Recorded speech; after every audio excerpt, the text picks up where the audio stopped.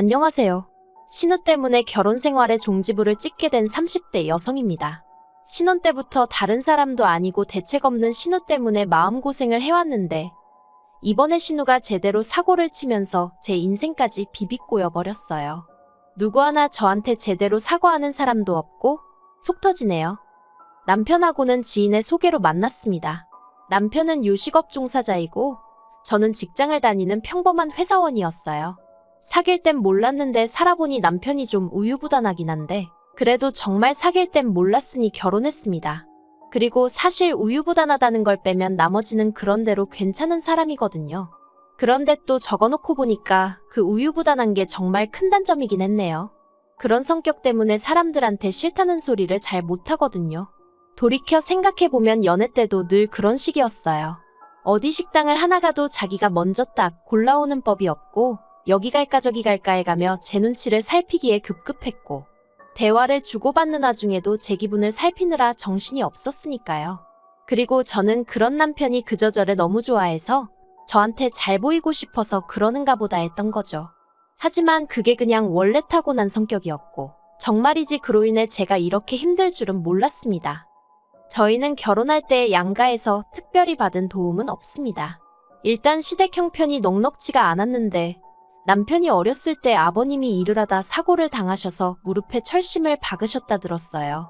그리고 그로 인해 장애 등급을 받으셨는데 사회가 장애에 대한 인식이 부정적이다 보니 이후로 일자리 구하기가 여의치 않으셨다대요.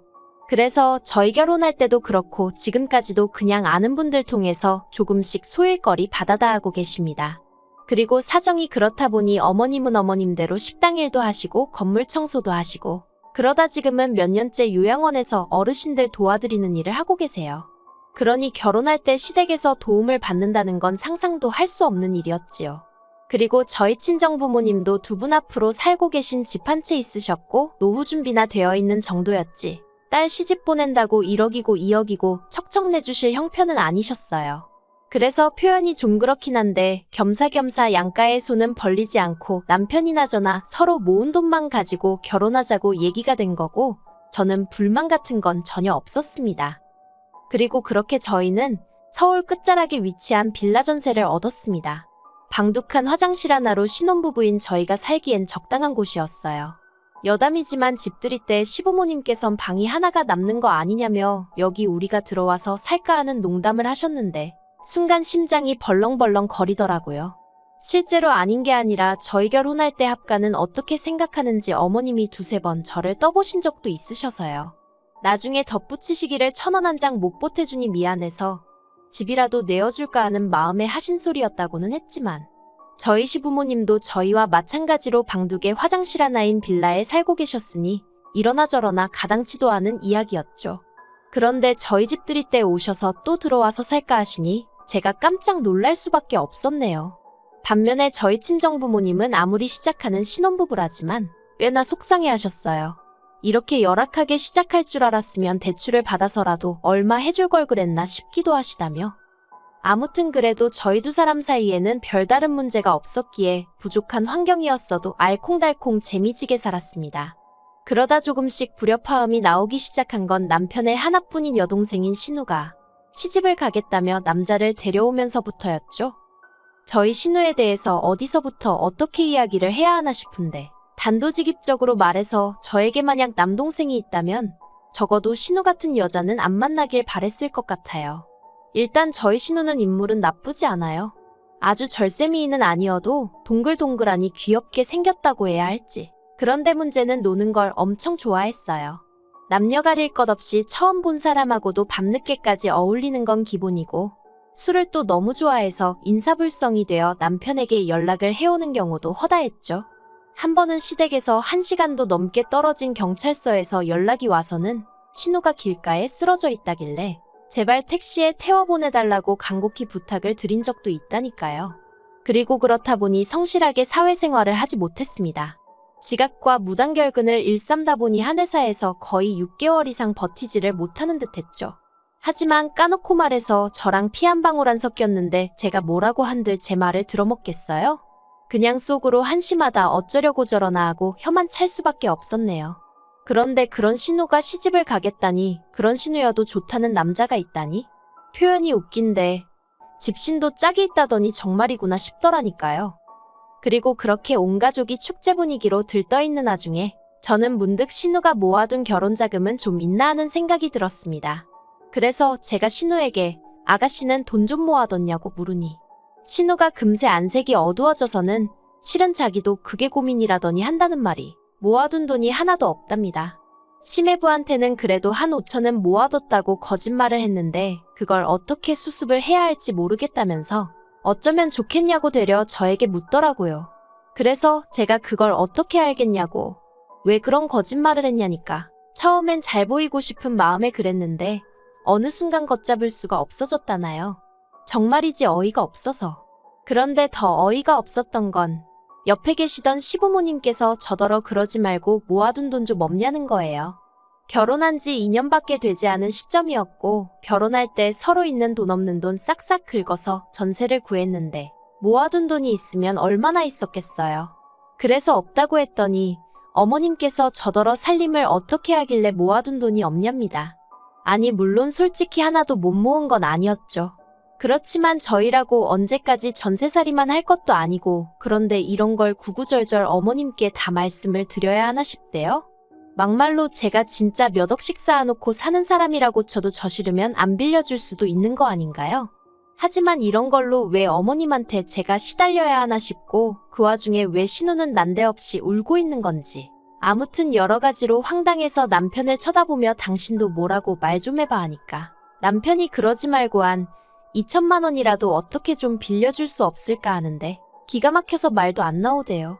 그래서 2천만 원이 어딨냐고 됐다고 그러고는 신우한테는 미안하지만 돈도 없거니와 가족 간에 돈 거래하는 거 좋은 생각은 아닌 것 같다고. 그리고 이참에 남자친구한테 솔직히 털어놓고 결혼하라고.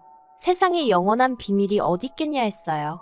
그랬더니 신우는 또다시 대성통곡을 하고 어머님 아버님은 제가 당신들이 가진 게 없으니 어른 무서운 줄 모르고 저렇게 주제도 모르고 나서는 거라대요.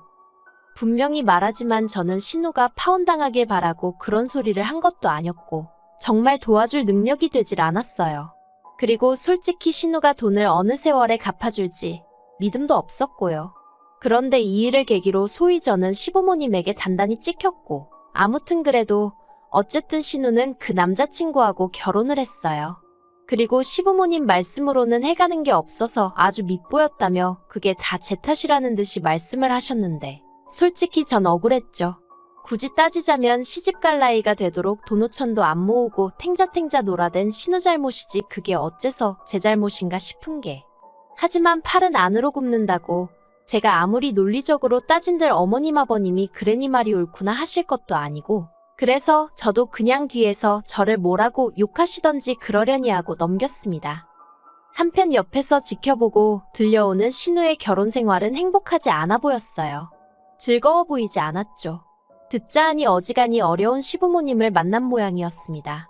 게다가 심해부가 신우 단속을 어지간히 했는지 툭하면 남편이나 저를 팔아 친구들을 만나러 가더라고요.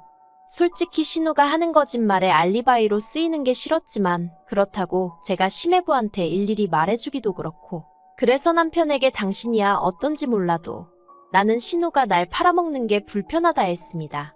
나중에 혹시나 무슨 일이라도 생기면 심해부 입장에선 나랑 신우가 한통속이라고 오해할 수도 있지 않냐고. 그런데 나는 뭐가 됐던 간에 남의 가정사에 조금도 얽히고 싶지 않으니 당신이 신우에게 자리하기에서 나는 팔지 말라고 얘기 좀 해달라고 부탁을 했죠. 그러자 남편이 기껏 한다는 소리가 제 친동생이어도 그랬겠냐대요. 제 친동생이어도 그렇게 매정하게 말했겠냐고요. 그러면서 저더러 네 가족 내 가족 선 긋는 것 같다며 서운하다 하는데 정말이지 이제 와서 말이지만 답답하고 갑갑한 일들이 한두 번이 아니었습니다. 하지만 결정적으로 시댁 식구들과 연을 끊는 것도 부족해 아예 남편과 이혼을 결심하게 된 일이 있었으니 그건 저도 남편도 아닌 신우의 바람이었습니다. 신우가 어쩌다 심해부한테 들켰는지는 온 가족이 저에게 쉬쉬를 해대니 모르겠어요. 하지만 심해부 말이 신우가 바람을 폈고 그 상대가 저랑 같은 회사에 다닌답니다. 그런데 더 황당한 건 신우가 제가 소개시켜준 사람이라고 그랬다는 거예요. 저랑 신우랑 술 한잔하고 있는데 우연히 신우의 상간남, 그러니까 제가 소개시켜줬다는 그 직원이 합석을 하게 되면서 제가 통성명을 시켜줬다나요. 그리고 신우가 한다는 소리가 그 남자가 신우더러 저희 회사에 들어올 수 있게 힘을 써주겠다 그래서 두세 번 만난 게 전부라고 그랬다는데 당연히 전부 다 새빨간 거짓말이었어요. 제가 신우랑 단둘이 술을 먹은 일부터가 없었으니까요. 그리고 저는 그 남자 직원이랑 이름하고 얼굴 정도만 아는 사이지 신우가 아니라 다른 여자라고 해도 제가 나서서 통성명을 시켜주고 그럴 사이가 절대 아니었습니다. 그리고 무엇보다 그 남자 직원의 직급이나 이것저것 물어보나 신우를 입사를 시키고 그런 건 뭐 말도 안 되는 소리였죠. 그런데 심해부는 그래도 신우가 지 와이프라고 그런 건지 어떻게든 신우를 믿고 싶기라도 했던 건지 신우 말만 듣고 와서는 저에게 따져대기 시작했습니다. 저더러 어떻게 그럴 수가 있냐면서요. 게다가 시부모님도 금세 이 일을 알게 되셨습니다. 심해부가 결국 신우를 쫓아냈고 갈 곳도 돈도 없었던 신우가 시댁으로 들어갈 수밖에 없었으니까요. 시부모님이 저와 남편에게 내려오라 하셨고 무슨 이야기가 오갈지 뻔히 알았지만 안 갈 수도 없어서 죽을 상을 하고 시댁을 찾았습니다. 그리고 그렇게 저희가 시댁에 도착했을 때 아버님은 이미 술에 말 그대로 진탕 취해 계셨는데 신발장에서 신발 벗는 저를 발견하시고는 냅다 리모컨을 집어던지셨어요. 그리고는 저더러 네가 기어이 내 딸 신세를 망치려 드냐며 가만 안 두겠다고 하시더라고요. 그래서 제가 아버님 떨어 저는 정말 모르는 일이라니까 왜 이러시냐고. 그리고는 어머님한테도 제 억울함을 호소했습니다. 제가 미쳤다고 결혼한 신우한테 유부남을 소개시키겠냐고요.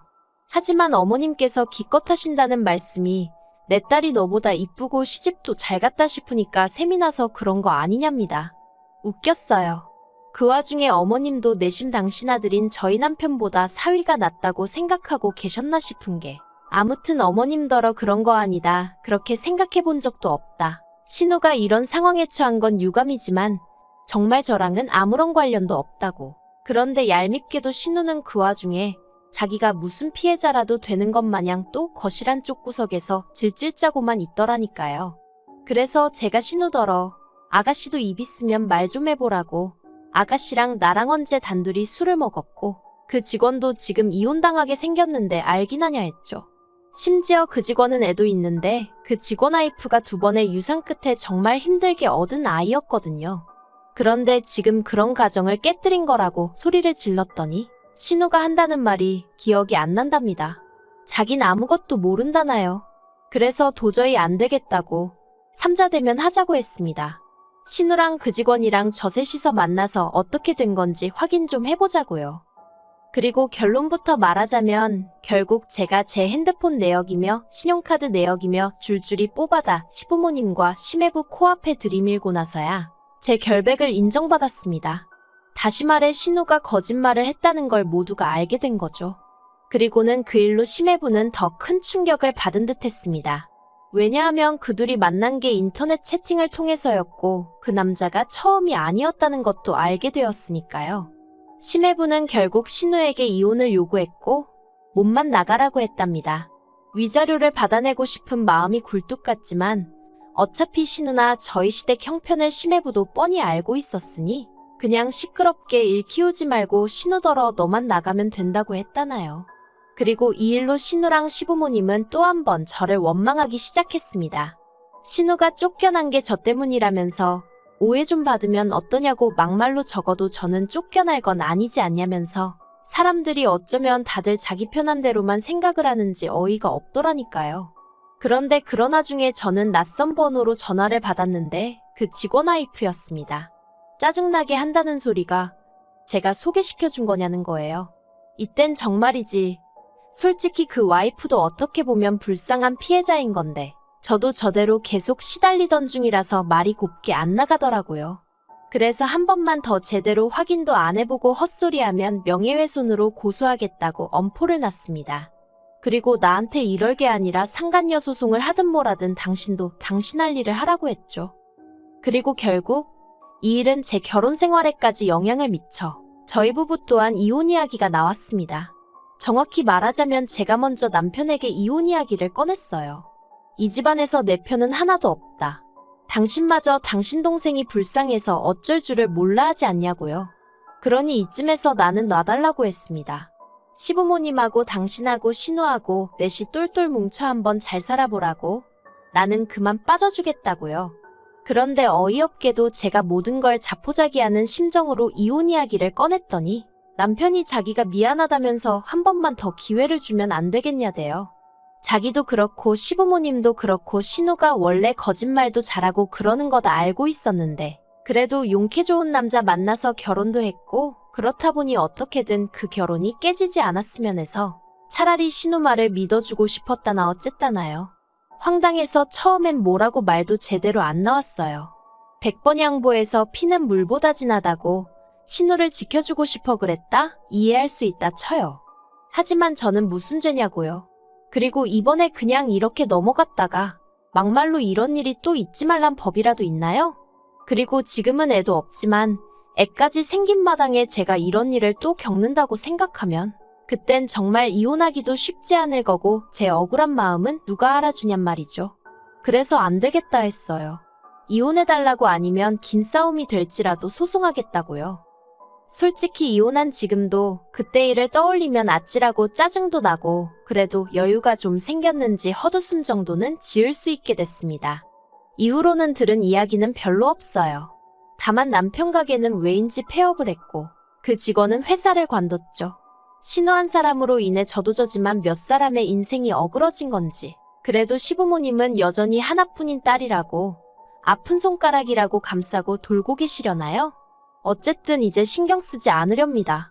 이래서 결혼할 땐 배우자간만 볼 게 아니라 부모도 보고 형제도 보고 그 친구들도 보라는 건가 봐요. 비싼 값 치르고 인생 공부한 셈 치려고요.